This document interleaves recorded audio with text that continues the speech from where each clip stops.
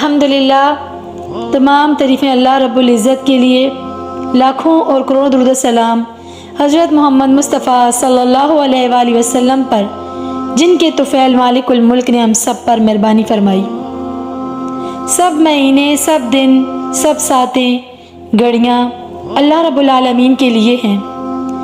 2022 का इख्तिताम हुआ और 2023 शुरू हुआ। आप सब सुनने वाले अपनी पूरी ज़िंदगी का नहीं, सिर्फ 2022 का रिकॉर्ड अपनी आंखें बंद करें और अंदाज़ा लगाएं तो आपके दिमाग में सारी अच्छाइयाँ, बुराइयाँ आपकी बंद आंखों के सामने आ जाएंगी।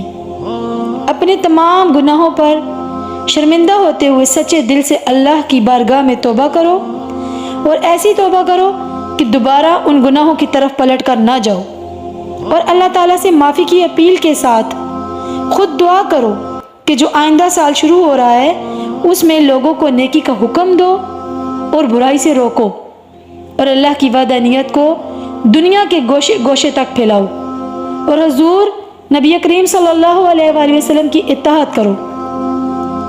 इस नए साल में दुआ करो कि 3 काम आपकी ज़िंदगी में अहम पहलू रहें: अल्लाह, नबी और इस्लाम। अल्लाह के साथ किसी को शरीक ना करो और हुजूर सल्लल्लाहु अलैहि वसल्लम की ग़ुलामी में आ जाओ, और इस्लाम को दुनिया के कोने कोने तक फैलाओ।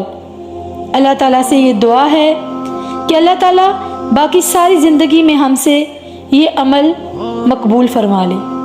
आमीन या रब्बिल आलमीन।